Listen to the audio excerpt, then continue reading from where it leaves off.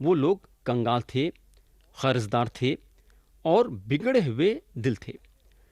اگر ہم مسیح پہ غور کریں گے تو ہم کو معلوم ہوگا کہ ان پہ ایمان لانے والے زیادہ تر کنگال تھے، قرضدار تھے، بگڑے ہوئے دل تھے اور بدچلانا وغیرہ وغیرہ تھے۔ ایسے لوگ آج زیادہ تر یسوع مسیح پہ ایمان لائے، اور یہاں اگر ہم دیکھیں گے تو داؤد کے ساتھ بھی ایسا لوگ بسے ہوئے ہیں، اور ہم کو معلوم ہونا چاہیے کہ یسوع مسیح داؤد کے نسل سے آئے۔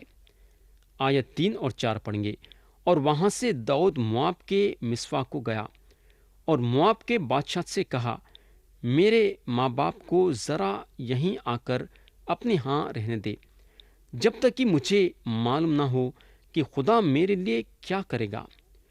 اور وہ ان کو شاہ مواب کے سامنے لے آیا۔ سو وہ جب تک داؤد گڑھ میں رہا اسی کے ساتھ رہے۔ ہم کو معلوم ہونا چاہیے کہ کئی سال پہلے ایک اور گھرانہ بیتلہم سے مواب کو گیا، اور وہ ایلیملک کا گھرانہ تھا۔ آپ لوگوں کو یاد ہوگا کہ ایلیملک اپنی بیوی اور بچوں کو لے کے مواب کو چلے گئے تھے، کیونکہ اس وقت بیتلہم میں بارش نہیں ہونے کی وجہ سے سوکھا پڑ گیا تھا۔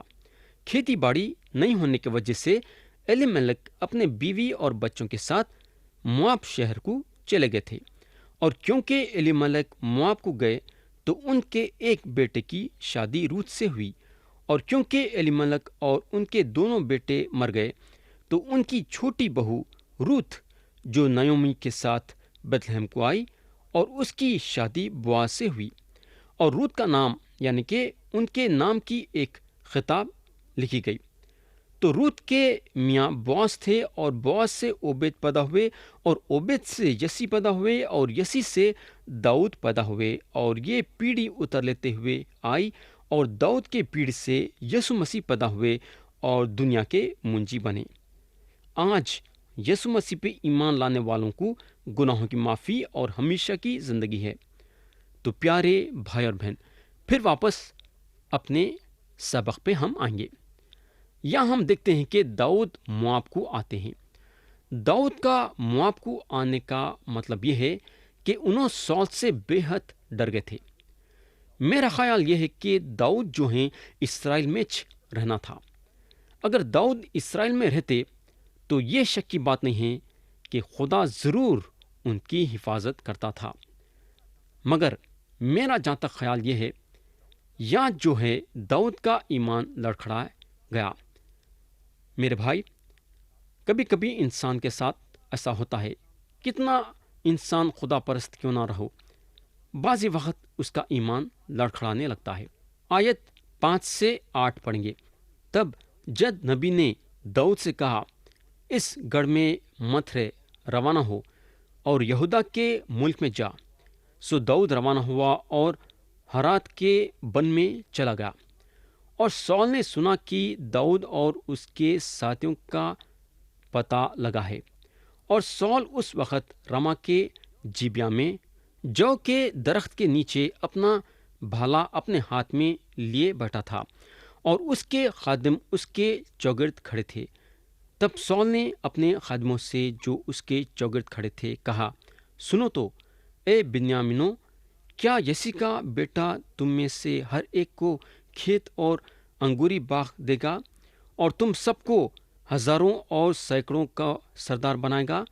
جو تم سب نے میرے خلاف سازش کی ہے، اور جب میرا بیٹا یسی کے بیٹے سے عہد و پیمان کرتا ہے تو تم میں کوئی مجھ پر ظاہر نہیں کرتا، اور تم میں کوئی نہیں جو میرے لیے غمگین ہو اور مجھے بتائے کہ میرے بیٹے نے میرے نوکر کو میرے خلاف گھاٹ لگانے کو ابھارا ہے، جیسا آج کے دن ہے۔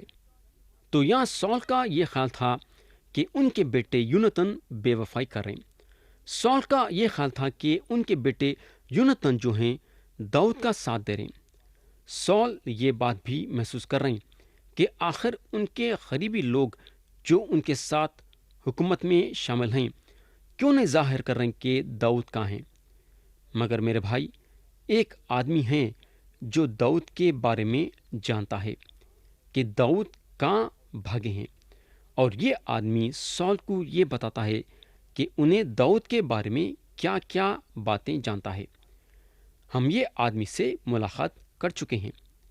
یہ آدمی خیمہ اجتماع کے پاس تھا جب داؤد اور ان کے ساتھیاں کاہن کے پاس سے لے کے پاک روٹی کھائے۔ آیت 9 اور 10 میں لکھا ہوا ہے، تب آدمی دوگ نے جو سال کے خادموں کے برابر کھڑا تھا جواب دیا کہ میں نے یسی کے بیٹے کو نوب میں اخیتوب کے بیٹے اخیملک کاہن کے پاس آتے دیکھا، اور اس نے اس کے لیے خداوند سے سوال کیا اور اسے ذات راہ دیا اور فلسطی جولیت کی تلوار دی۔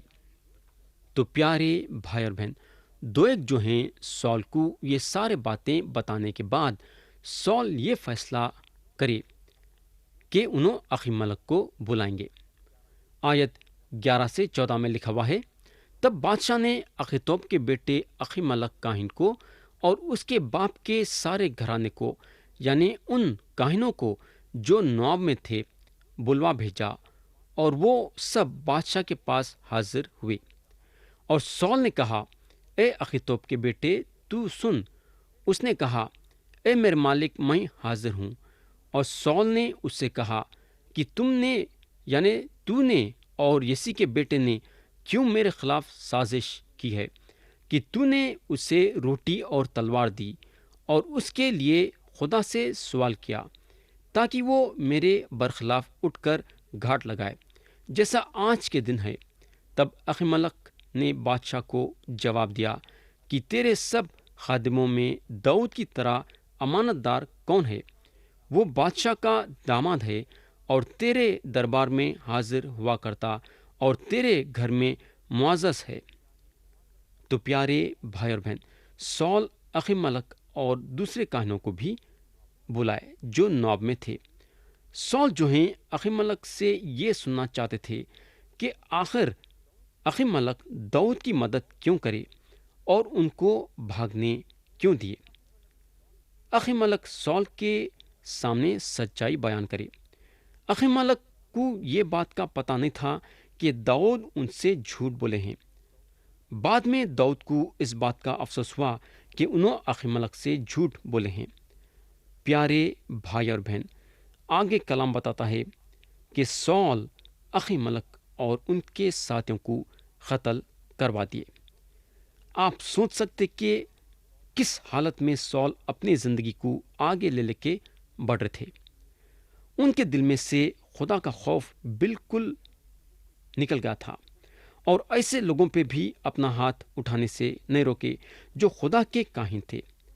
آپ سوچ سکتے کہ ان کی نافرمانی ان کو کہاں تک پہنچا دی۔ میرے دوست، نافرمانی ہم کو خدا سے دور کر دیتی ہے اور ہمارے زندگی میں سے امن اور چین اٹھا دیتی ہے۔ اگر ہم سال کے زندگی میں دیکھیں گے تو ان کے زندگی میں سے امن اور چین اٹھ گیا تھا۔ یہاں ختم ہوا باب 22 اور آتے سے وقت ہم باب 23 سے غور کرنا شروع کریں گے۔ خدا ہم سب کو آج کے کلام کے ذریعے سے برکت دے۔ یسوع مسیح کے پیارے اور بل نام میں آمین۔